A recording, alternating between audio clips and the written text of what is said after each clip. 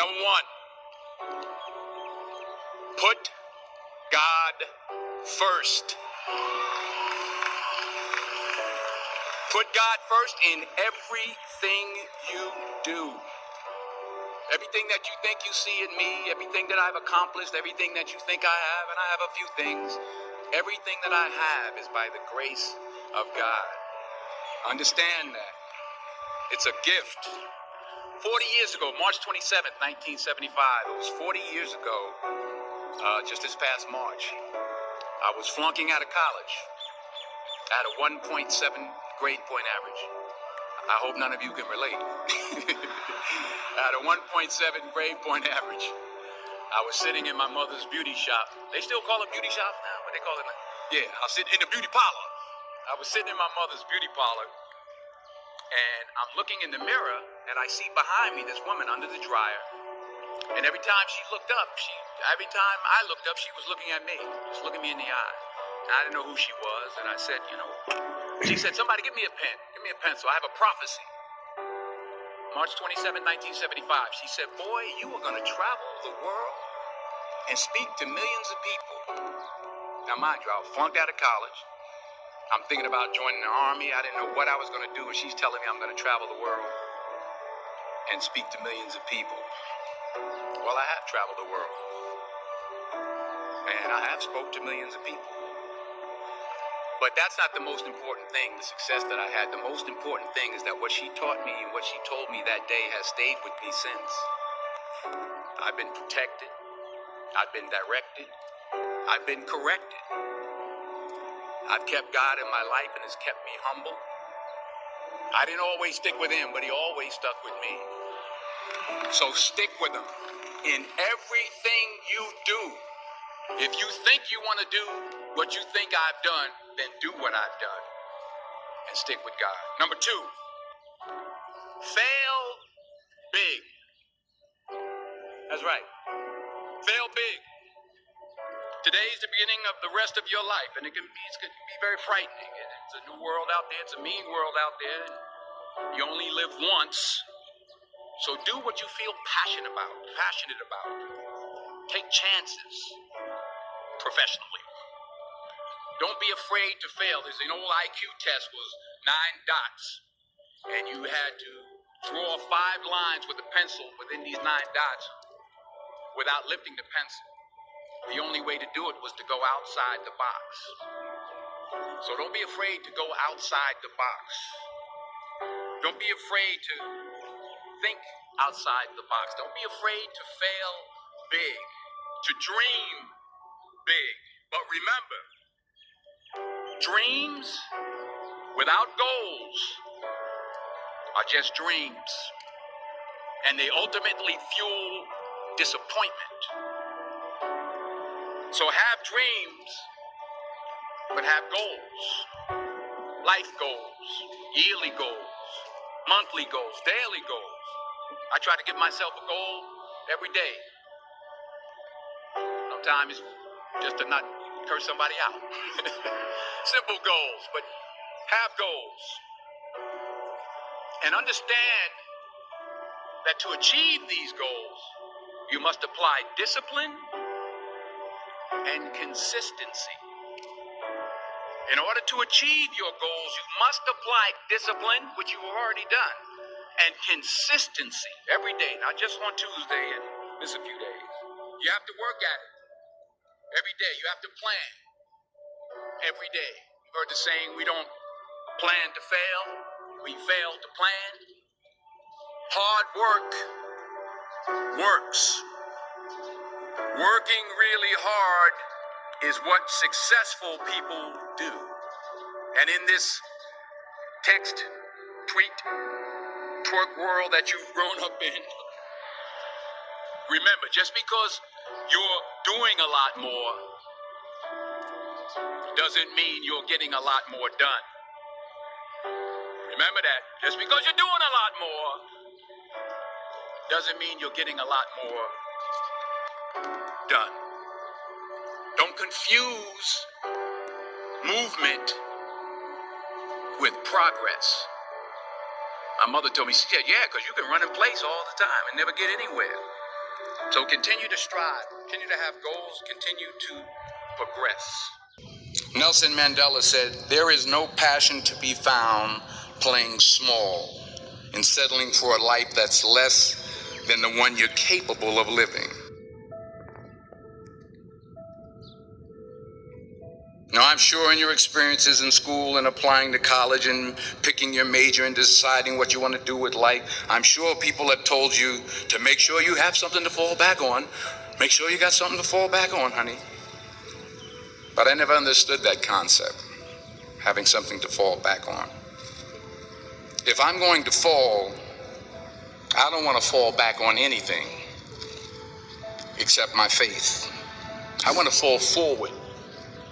I figure at least this way I'll see what I'm going to hit. Fall forward. This is what I mean. Reggie Jackson struck out 2,600 times in his career, the most in the history of baseball. But you don't hear about the strikeouts. People remember the home runs. Fall forward. Thomas Edison conducted 1,000 failed experiments. Did you know that? I didn't know that. Because the 1,001st was the light bulb. Fall forward. Every failed experiment is one step closer to success. You've got to take risks, and I'm sure you've probably heard that before, but I want to talk to you about why that's so important. I got 3 reasons, and first, you will fail at some point in your life. Accept it. You will lose. You will embarrass yourself. You will suck at something. There's no doubt about it.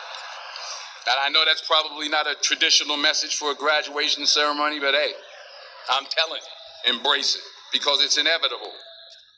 And I should know. In the acting business, you fail all the time. Early on in my career, I auditioned for a part in a Broadway musical. Perfect role for me, I thought, except for the fact that I can't sing. So I'm in the wings. I'm about to go on stage, but the guy in front of me, he's singing like Pavarotti, and I'm just shrinking. I'm getting smaller and smaller. So I come out with my little sheet music, and it was Just My Imagination by the Temptations. That's what I came up with. So I hand it to the accompanist, and she looks at it, looks at me, and looks out at the director, and was like, So I start, I'm going to sing. I'm like, and I'm not saying anything, so I'm thinking I'm getting better. So I start getting into it, running. And they say, "Oh, yeah, thank you. Thank you very much, Mr. Washington, thank you." So I assumed I didn't get the job. But the next part of the audition, he called me back. The next part of the audition is the acting part of the audition. So I'm like, hey, okay, maybe I can't sing, but I know I can act. So they pair me with this guy, and again, I didn't know about musical theater. And musical theater is big, so they can reach everyone all the way in the back. And I'm more from a realistic, naturalistic kind of acting where you actually talk to the person next to you. So I don't know what my line was. My line was, well, hand me the cup. And his line was, well, I will hand you the cup, my dear. The cup will be there to be handed to you. I said, oh, okay. Well, should I give you the cup back? Oh, yes, you should give it back to me, because you know that is my cup, and it should be given back to me. I didn't get the job. But here's the thing. I didn't quit. I didn't fall back. I walked out of there to prepare for the next audition, and the next audition, and the next audition. I prayed, and I prayed. But I continued to fail, and fail, and fail. But it didn't matter, because you know what? There's an old saying, you hang around the barbershop long enough, sooner or later you're going to get a haircut.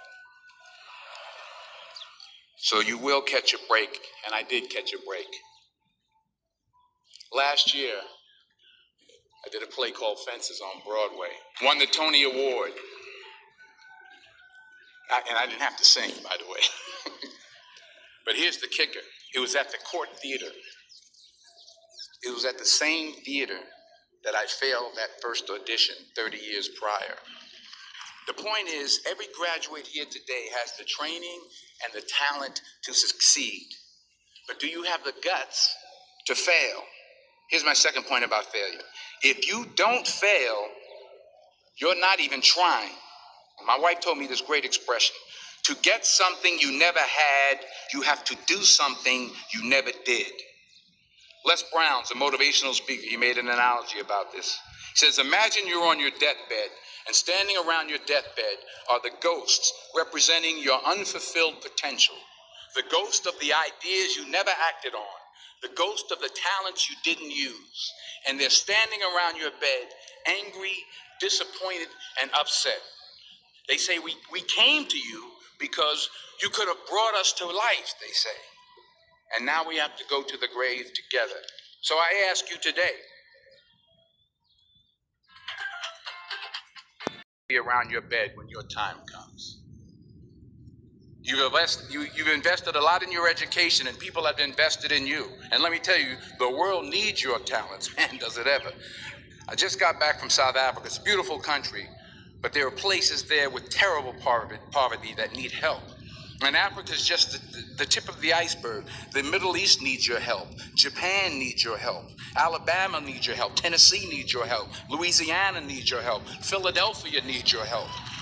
The world needs a lot. We need it from you, the young people. So you got to get out there.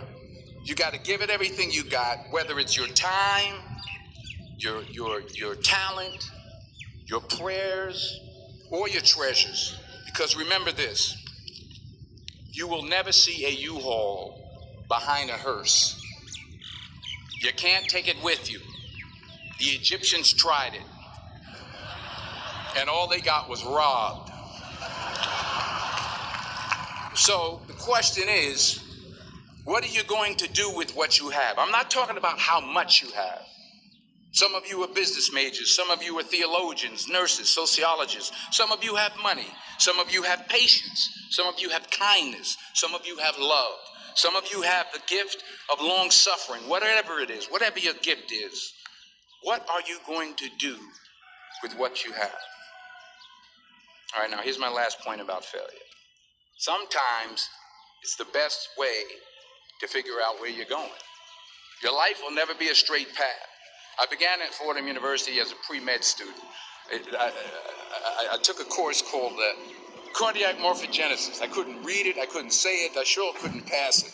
So then I decided to go into pre-law, then journalism. And with no academic focus, my grades took off in their own direction. I was a 1.8 GPA one semester, and the university very politely suggested that it might be better to take some time off. I was 20 years old. I was at my lowest point. And then one day, and I remember the exact day, March 27th, 1975, I was helping my mother in her beauty shop. My mother owned a beauty shop up in Mount Vernon. And there was this older woman who was considered one of the elders in the town. And I didn't know her personally, but I was looking in the mirror. And every time I looked in the mirror, I could see her behind me. And she was staring at me. She just kept looking at me. Every time I looked at her, she kept giving me these strange looks. So she finally took the dryer off her head and she said something I'll never forget. First of all, she said, somebody give me a piece of paper. Give me a piece of paper.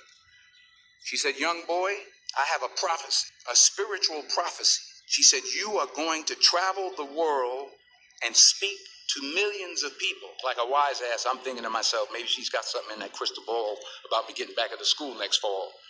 But maybe she was on to something, because later that summer, while working as a counselor at the YMCA camp in Connecticut, we put on a talent show for the campers. And after the show, another counselor came up to me and asked, have you ever thought about acting? You're good at that. When I got back to Fordham that fall, I got in and I changed my major once again for the last time. And in the years that followed, just as that woman prophesied, I have traveled the world and I have spoken to millions of people through my movies.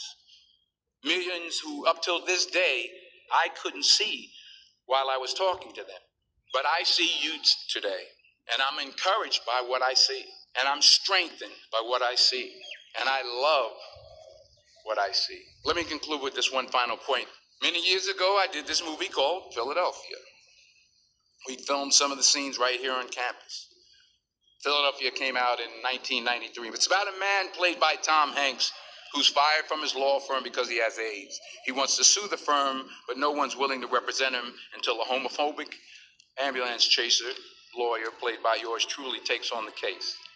In a way, if you watch the movie, you'll see everything I'm talking about today.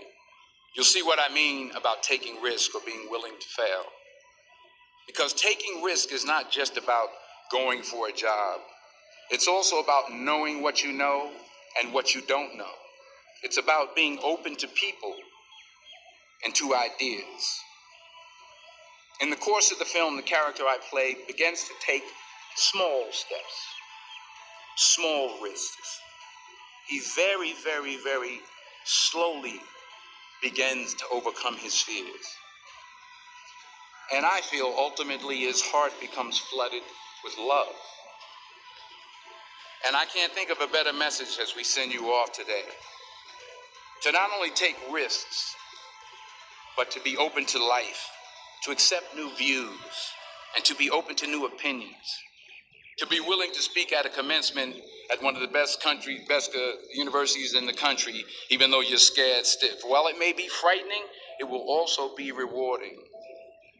Because the chances you take, the people you meet, the people you love, the faith that you have, that's what's going to define you. And when you fall throughout life, fall forward.